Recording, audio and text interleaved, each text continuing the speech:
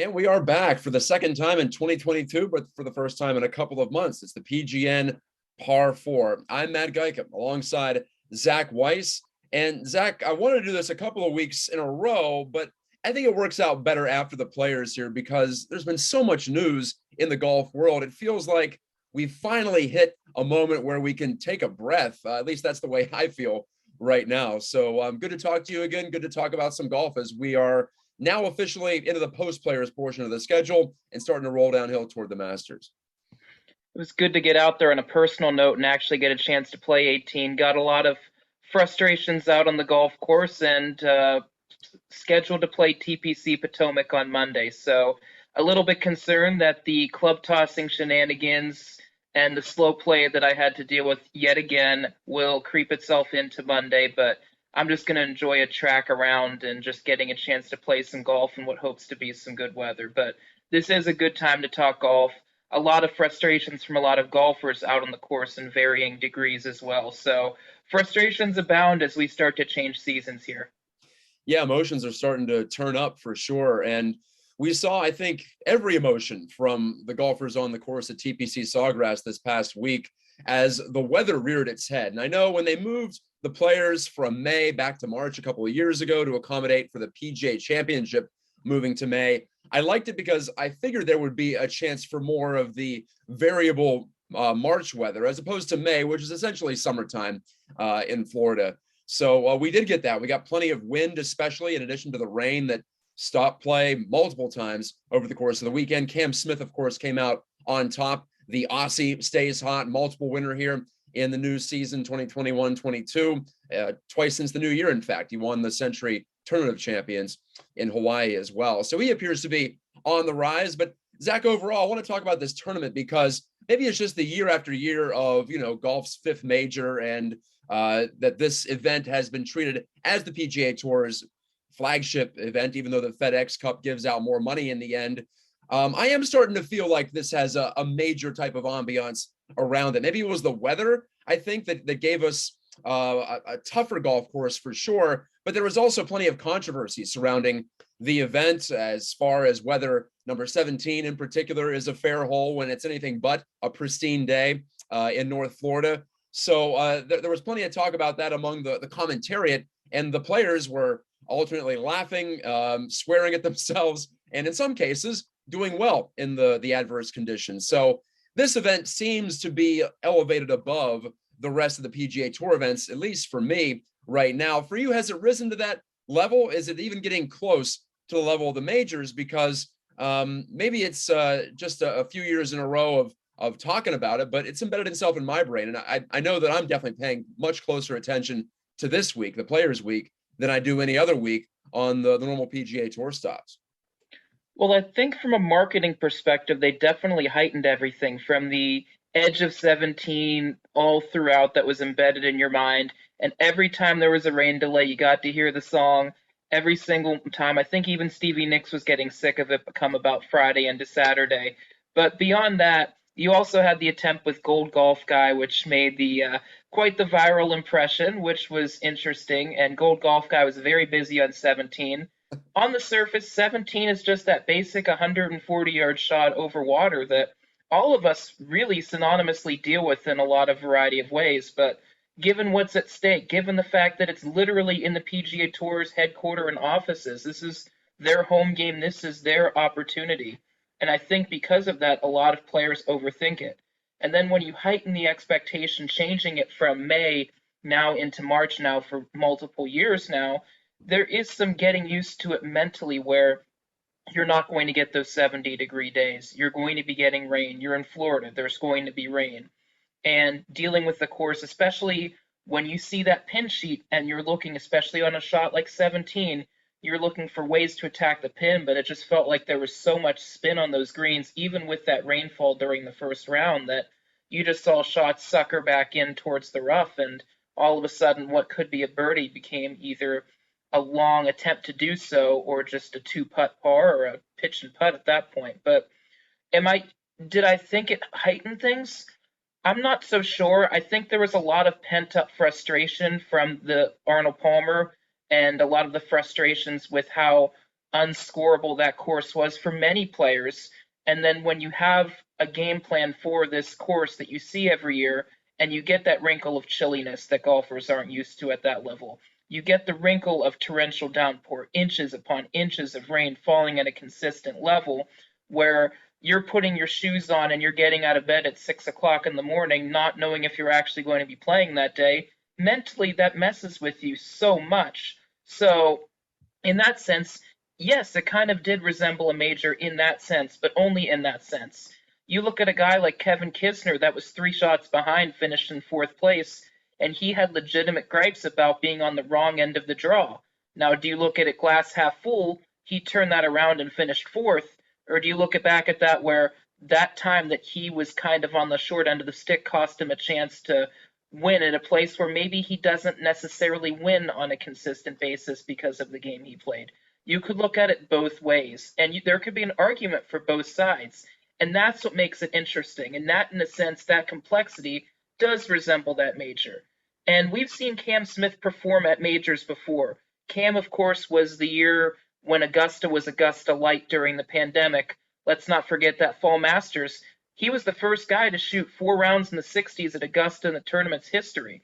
So he definitely has the game. He's shown it in doubles competition with Mark Leishman, his fellow countryman. He's shown it at an international level, and he's starting to consistently show it. Let's not forget when they had the Zurich that he was in that playoff at the Zurich a couple of years back as well. So he's definitely had the game.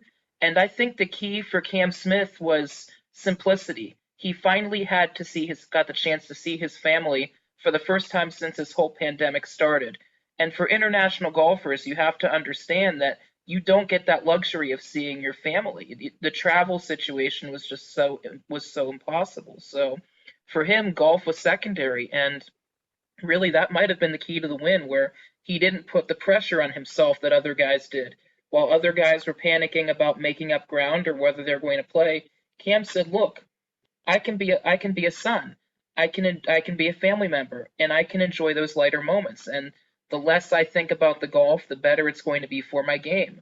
And him keeping things simple led to a lot. I think when you saw 17, even though he probably didn't hit the tee shot that he necessarily wanted to, you couldn't really tell if you're a member of that gallery. That was a very impressive shot. It's definitely ingrained on my mind, and definitely is one of my highlights of the 2021-22 wraparound season in so many ways.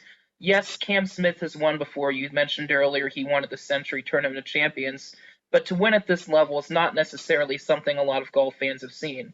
They saw that he shot 466 rounds in the 60s and couldn't hold off Dustin Johnson, and now they finally see, okay, this guy's got a lot of game. This guy's I think he's number 6 in the official world golf ranking now, or thereabouts. Mm-hmm. The guy can play, and he does it impressively. And what he did was he did what Jason Day has not done. And what I mean by that is Jason Day, at the Memorial Tournament, was a member for a while of Muirfield Village Golf Club, and he would play there. And a lot of times when you're a member of a course that's on the PGA Tour, you're expected to do well, and there's a lot of pressure that comes with that. What you don't realize is when a tournament comes up, they trick the greens, they speed everything up, they heighten the rough. You've seen Oakmont at a USAM setting, and you've seen Oakmont at a US Open setting, and you've seen Oakmont in a normal setting during a SWAT session. And it's a completely different course. And Cam Smith resides about 5 miles or so away from Ponte Vedra Beach, Florida, the TPC Sawgrass course, and it would be easy to play there, but he doesn't want to do it. And he hasn't necessarily had the best of luck there until this year. And he finally put things together. So it's kind of a roundabout answer. It's a long answer, which is what makes it fun. Fun for Matt because he doesn't have to talk for a couple minutes and he gets a break. And fun for me as I torture everybody else with their ears. But beyond that, do I think it's a major? It's getting there. Do I think it's a major now? Still no. But the fact that they're finally starting to market it as if it's a major is a really important step. And if they continue to get that going, and if you could have a guy maybe like a Bryson DeChambeau, if he can get healthy, if Tiger Woods can start to get himself healthy, you would think that Sawgrass would be a natural place where he would be able to showcase his game if he's capable of doing so. When you get the band back together, when you get Phil Mickelson past whatever he's going through right now, and you get a full-fledged field, you can only imagine how much better this is going to be. But this weekend was a treat, albeit it was a Monday finish, which kind of made it a little bit screwy, but even still, it had everything else you were looking for. Yeah, I would put it the same way. I would say it certainly was a treat. And if you're talking about legitimacy as a tournament, when you have a champion, a worthy champion like Cam Smith, no offense to Anirban Lahiri, but if he wins, I think it adds to that player's tradition, if you want to call it that, of sometimes some random winners, guys like a Fred Funk. Not that he wasn't a good player, but didn't win a major, and but did come through under the pressure of the players. We've seen just some guys plucked from further down the world rankings, much further down the world rankings than Cam Smith. Yes, Tigers won it twice. Jack won it twice as well in a previous era. But I think you want to see winners with more cachet and more of an elevated status, if you will, on the tour. Win it if you are making the claim that it is a major. I'm with you, though. I don't think it is quite there, but it is getting there. And I don't know if what governing body would ever make the designation that it is a major championship. Those have kind of carried over from bygone years, and it was almost an unofficial thing for a long time. And I guess it still is unofficial in some ways.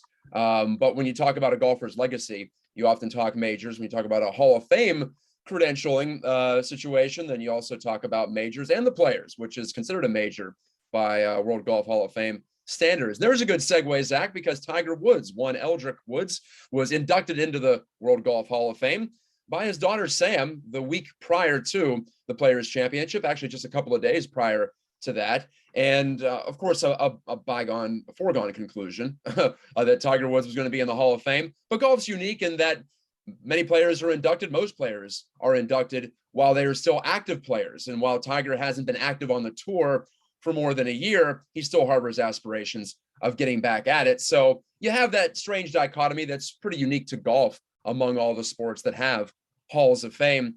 But do you take anything away from just the situation there in Ponte Vedra Beach at the home of the PGA Tour, where the ceremony was conducted? Because it felt like a different side of Tiger Woods. We see him tearing up, talking about his mom and his dad and the sacrifices they made, especially when he looked over to his mom, Tita, who was in the front row, of course, and she's been there for the great moments and the not so great moments in Tiger Woods' history. So to see her also reminds you of how much history Tiger Woods does have and how much he has gone through. A lot of it self-inflicted, but at the same time, you got to give the guy credit for continuing to bounce back, and he still plans to get back on tour. But for me, that was my key takeaway from it, to use a hot take cliche from this era of sports talk. But that is what I take from it, is that I think Tiger was genuinely touched, not just by the induction speech from his daughter, but also from the honor. And he's also had a chance, Zach, I know this, to consider his mortality in the game, maybe his mortality as a human being too, in the aftermath of that car crash about a year ago. So I think a lot of that has added up to Tiger being more of an emotional guy, more of a wistful guy in this case. And for me, it was welcomed because we've seen the assassin on the golf course. We've seen the guy who doesn't give away too much, but in his later years, he has been more generous with his time with fellow golfers and now with those of us in the sporting public. So I love it.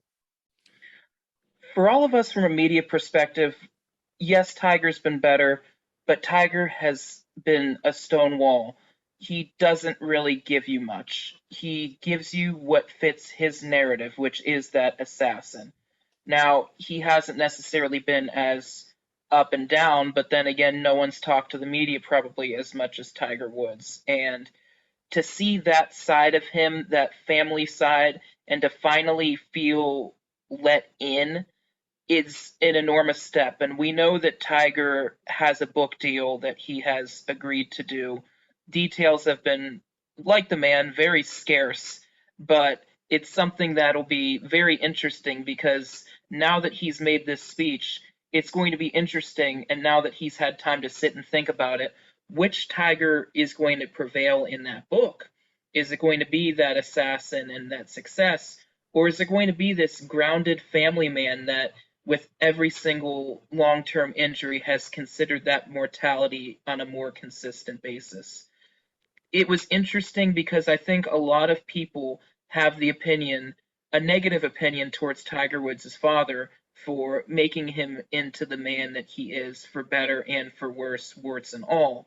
And to a degree, there's some truth in there. I mean, Tiger has a military background, and let's face it, in 2008, if he's not in that funhouse, I don't think we go down this rabbit hole of that injury after the US Open, but it also isn't nearly as special. It would just be another major if he had even won it, and that variable was considered. But Good for point. him, when you look at things, I mean, train hard, fight easy. I mean, he hit the gym harder than anybody else. I mean, you have so many golfers that have credited Tiger Woods for their approach, especially with upper body workout and management.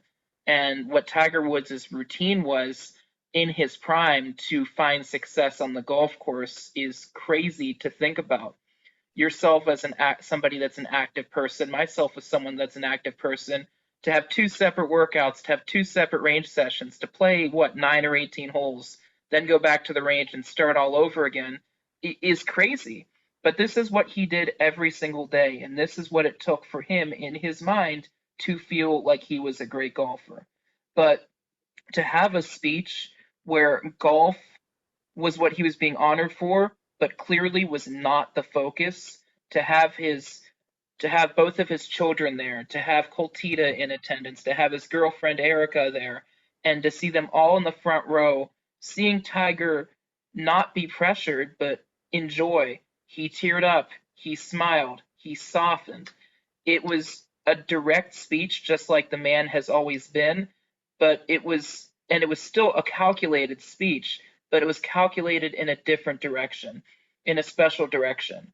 And I still think there's a lot of detractors that don't think as a person that he has shown that maturity, but that speech was an FU to every single one of them.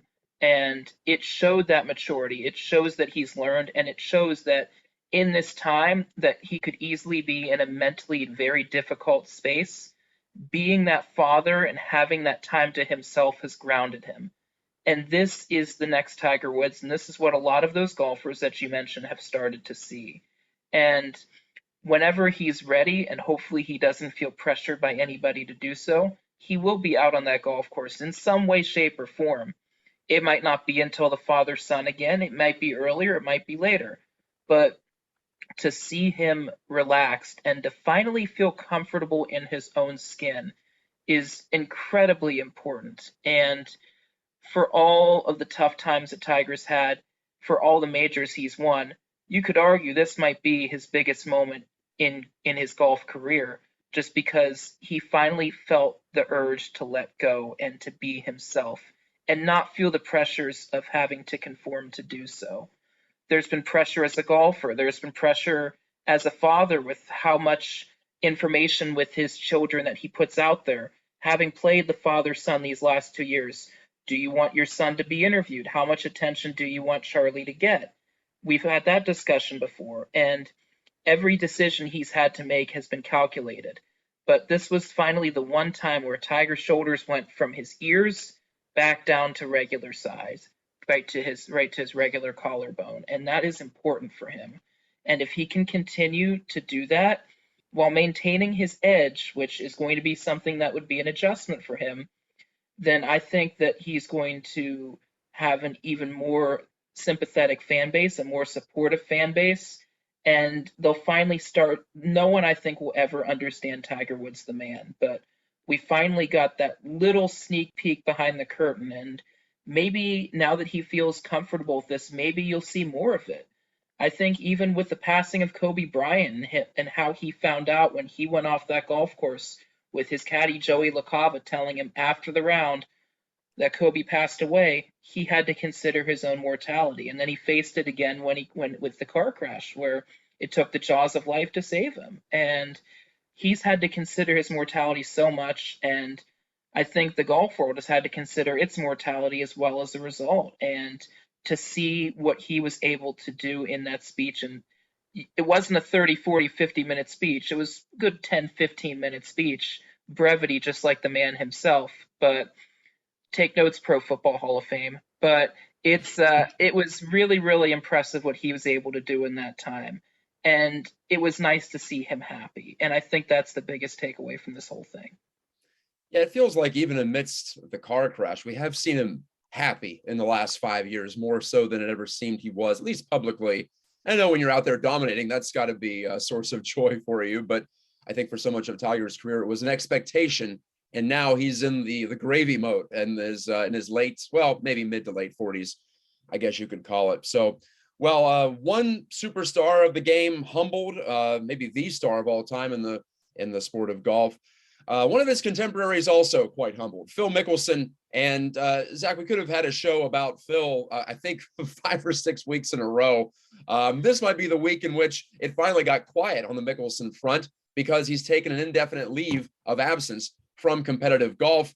Commissioner Jay Monahan of the PGA Tour last week in his press conference prior to the Players wouldn't say whether it was suspension or not. I get the feeling, Zach, that it might have been, well, if you don't take a step away, we're going to suspend you for conduct detrimental to the PGA Tour. And if you missed it, in an article posted on the Fire Pit Collective by author Alan Shipnuck, formerly of Golf Magazine and independent author as well, he's got an unauthorized Phil Mickelson biography coming out later this spring. And Phil reached out to him to try to clear the air on some things.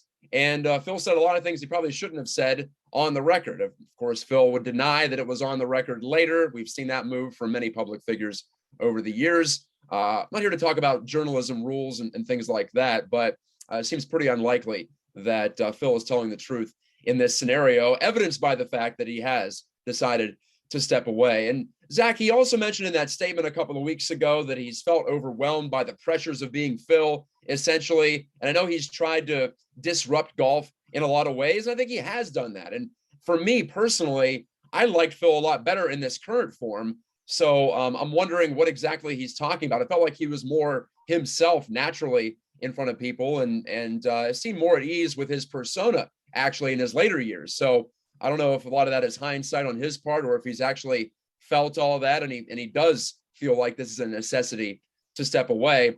But for me, the real meat of this whole story is that Phil was essentially trying to help the Saudis start a breakaway league. And I'm certainly not against any kind of breakaway league. You and I have talked often on this show about our feelings on how the PGA Tour could freshen up its product, whether that be the result of pressure from an outside league or coming intrinsically. We don't care. I think we do want to see some different looks for the sport of golf. And I think we're going to see it based on some of this disruption. And I think for a lot of that, we have Phil to thank. But in some other ways, Phil aligning himself with the Saudi Arabian government, certainly a dubious decision. Most of us would agree on that. So when do you think we see Phil again? And is Phil ever going to be the same happy-go-lucky guy again? Because this feels like a real turning point, obviously, and not just his career, but also his life in the spotlight. Does this mean that Phil Mickelson's locked up the pit for next year? It kind of feels like it, but I think Tiger did with his response to Phil when Phil claimed to have won the PIP. And it turns out it was actually Tiger Woods last year. At least we know what the PIP is now. Yeah, right. We were fully engaged and informed on that. Jeez. This is a clear misstep from Phil in so many ways. And I think because of the reason why this was a misstep was everything Phil did has been calculated, but a lot of it has been with the backing of the players, not the perceived players' best interests in mind. And there is a very clear distinction with that line.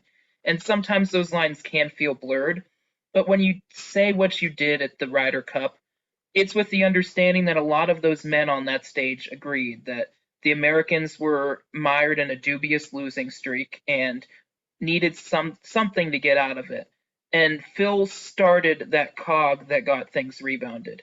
When he did what he did at the U.S. Open a couple of years back, not even waiting for that putt to be at rest, which he should have been disqualified for, personally opining.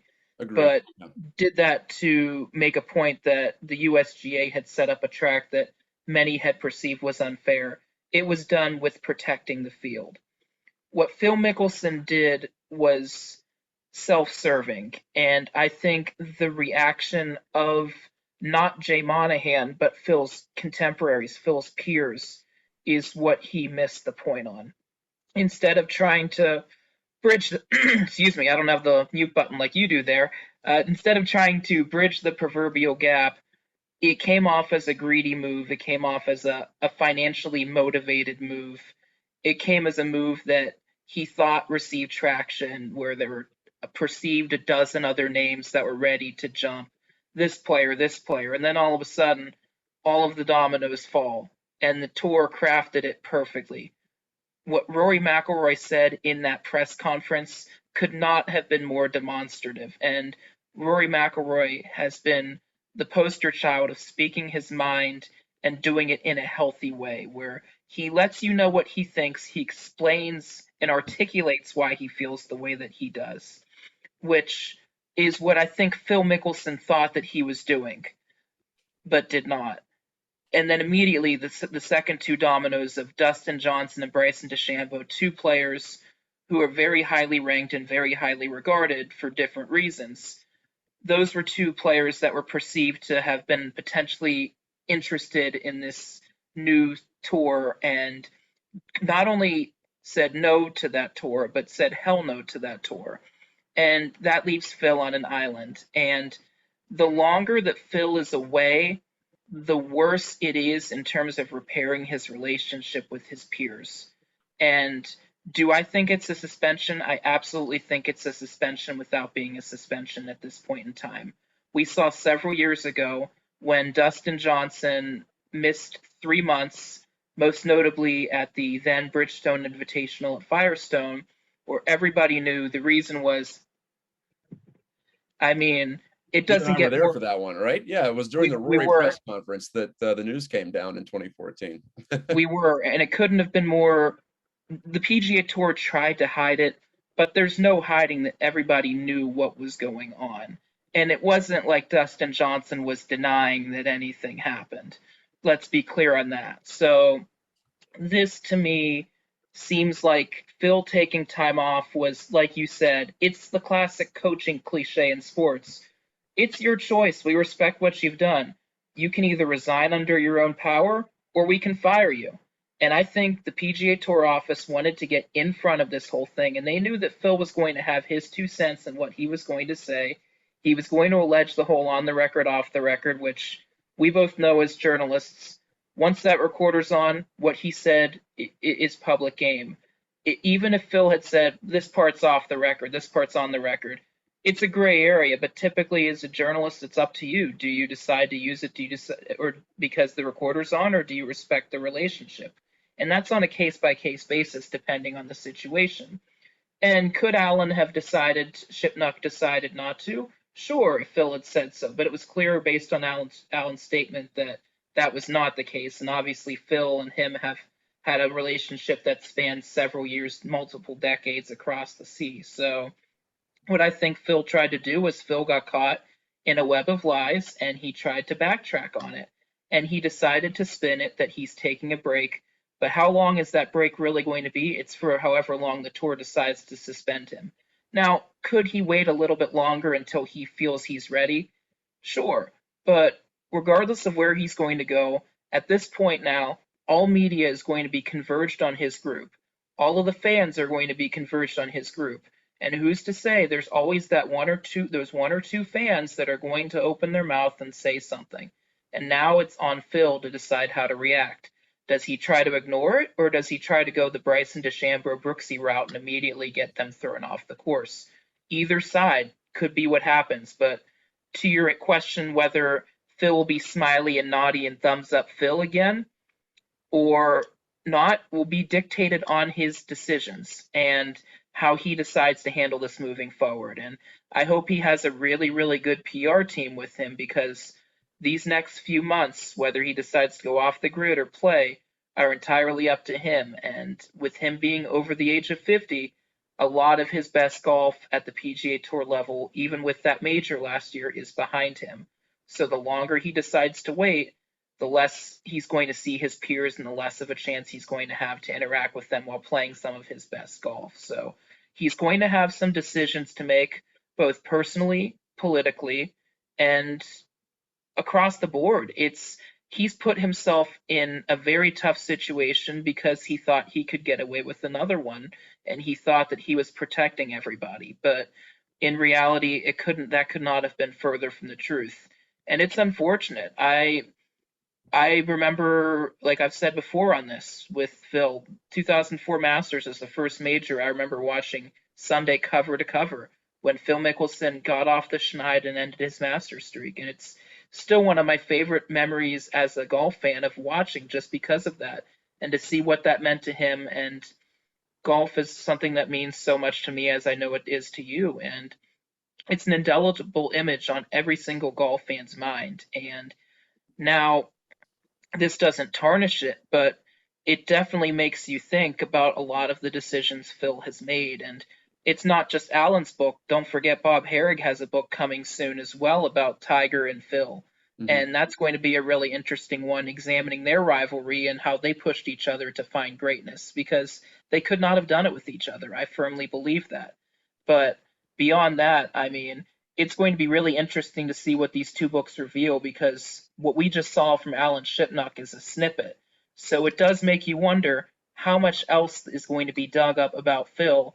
And the key word in that book is unauthorized, Yeah. which means there's probably going to be some salacious stuff throughout his career that's going to be in this book. So it's going to be an interesting read, and it'll be interesting to see how Phil and his team decide to craft responses to that, because I'm sure the best or the worst, depending on your viewpoint, is probably yet to come. He's a huge figure in the game, but let's not forget some of the dark moments investigated by the SEC for insider trading suspicions, investigated by the FBI for potential debts owed to mafia-tied individuals when it comes to his sports gambling. So he's not the squeaky clean guy for sure, but he's also been a huge fan favorite. So I think it is a big question of not just how does he respond to the crowds, but how do the crowds respond to him when he does get back out there. And great point by you. He's the defending PGA champion, and he may not be defending that PGA championship this year after making history last year as a 51-year-old, the oldest man ever, oldest person ever to win a major, either male or female. And hey, both sides of the game are the subject of our final shot here on the par four. Both Bryson DeChambeau and Nelly Corda are out for a while. Bryson's been out for several weeks. Actually just watched a YouTube video from his channel this morning, Zach, and he mentioned that it's not just a wrist tendonitis issue or anything like that. It's actually a hairline fracture in the hamate bone on his left hand. That's an injury we often see baseball sluggers suffer. It's an injury that takes a while to come back from if it's a total break. Hairline fracture, a little bit better than a complete clean fracture across. But at the same time, it might mean that Bryson is not able to get back out there for the Masters, and there's been speculation with him with the new Saudi-backed Super Golf League as well. I don't know if that's going to happen anymore now that the thing appears to have blown up for some of the top players. But Bryson has still been absent, and I think, especially this past week, we felt it. It would have been great to see him try to calculate things in the wind. I know that much. Whether he did it successfully or not successfully, it's always must-see TV. And as far as Nelly Corda goes, former number one, now has fallen back a bit here due to form, and now was diagnosed with a blood clot in her arm. Very scary thing. She posted on her Instagram account last week that she was participating in a photo shoot and an advertising thing at Ponte Vedra Beach at the home of the PGA Tour, and noticed that her arm was swelling and went to the doctor, and it was a blood clot. So she hasn't revealed anything else. We haven't seen any other reports on that, but definitely the top American in the sport, if not the number one player on the women's side of the game. She's probably out for a while too. So I know for me, Zach, I was looking forward to seeing both of these players on the course a lot in 2022, just based on what they've done recently. So it does feel like something's missing, even though we've seen, for instance, on the PGA Tour, multiple winners several times over. We've seen guys like Jon Rahm challenge too. Colin Morikawa's right there. So it appears the game's in still a good spot, both for the men and the women. But at the same time, there is something missing here, isn't there? Well, absolutely. And first of all, of course, Bryson has a hamate bone. Of course, it's not a very simple term. Of course, it's a complex term, because nothing about Bryson is not complex. But This part right here. yes, the fact with how he rotates and how active he uses his body in his swing, it shouldn't come as much of a surprise. I mean, we haven't seen a golfer push boundaries like this since Tiger Woods, and you see the carnage that Tiger Woods' body has taken.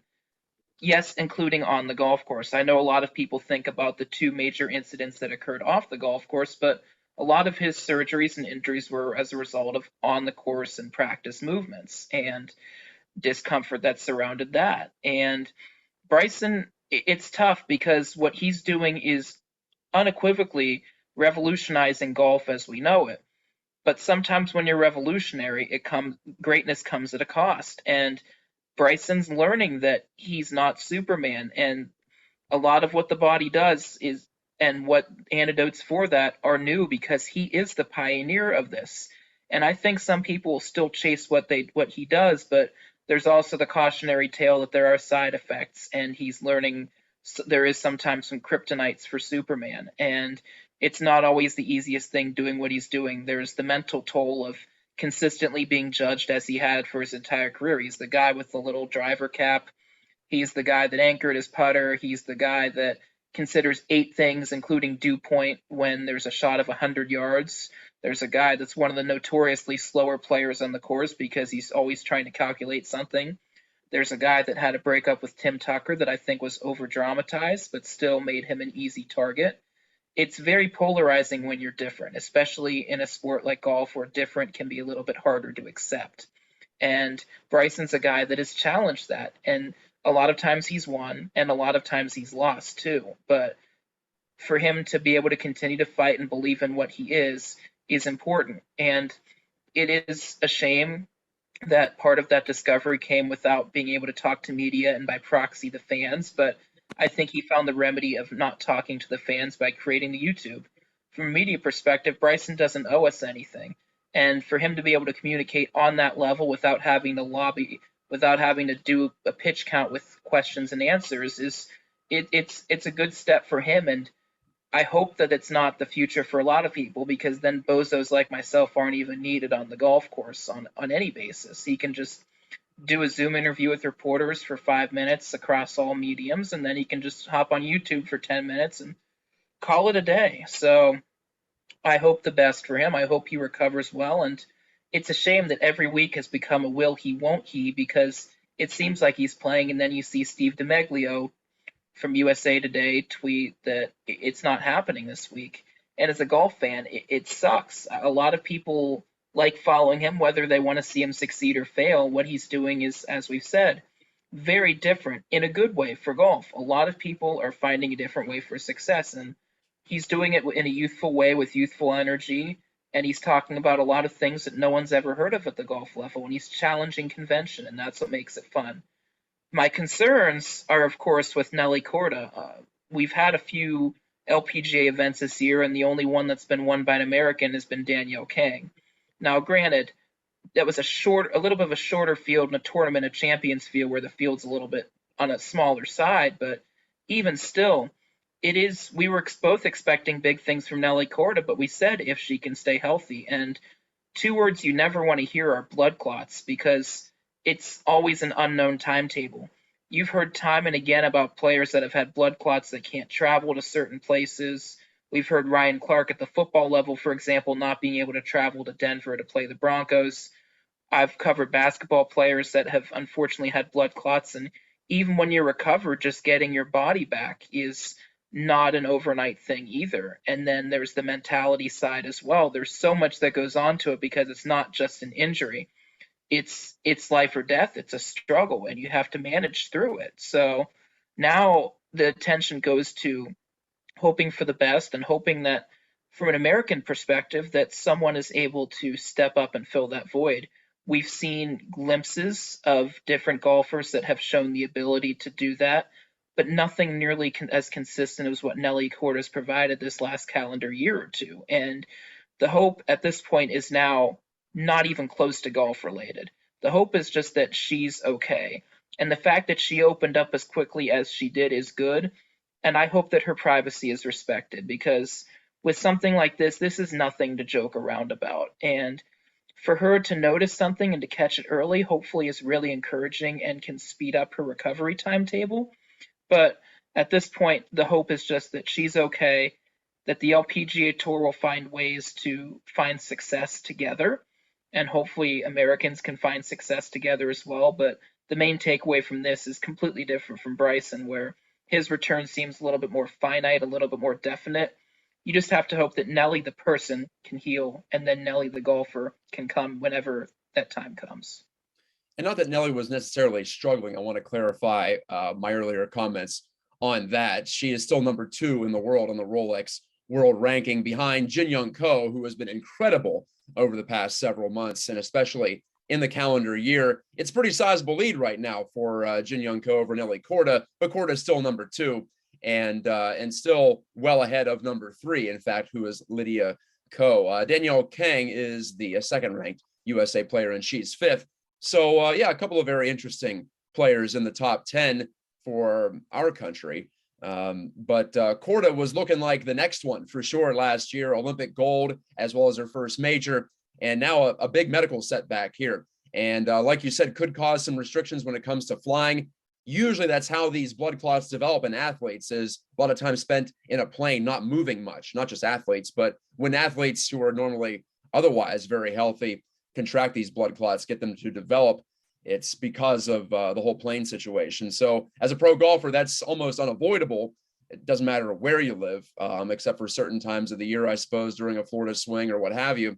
But yeah, she's going to have to find a long-term solution for that, obviously, if she wants to get back to what she does very well, which is play golf. And as for Bryson, yeah, the Masters is looking pretty, I don't want to say doubtful, but pretty cloudy at the moment for him. And yeah, I've always wanted to see him go off at Augusta National. He hasn't played well there since his pursuit of distance took full flight in late 2019. So we might have to wait another year on that. And to bring it full circle, or at least back to near the start of this show, Tiger Woods said he might play the par 3 at the Masters in a recent appearance, and has not committed to any tournament yet this year, as Zach alluded to. Maybe it's not even this year. We've also heard that possibility be floated out there. So maybe tap the brakes. I was thinking definitely the Masters last time we spoke on this show, but perhaps something like the Old Course or even further down the line is a more realistic option for him. Zach, it's been a pleasure. Great to talk to you again. As always, we had fun, and looking forward to the golf season getting going. If you are in Pennsylvania, you can officially post scores for your World Handicap not ranking, but your index as well. So I guess that does mean golf season has begun. You've already gotten out there. I played on a recent trip to Las Vegas, so we've got our feet under us in 2022.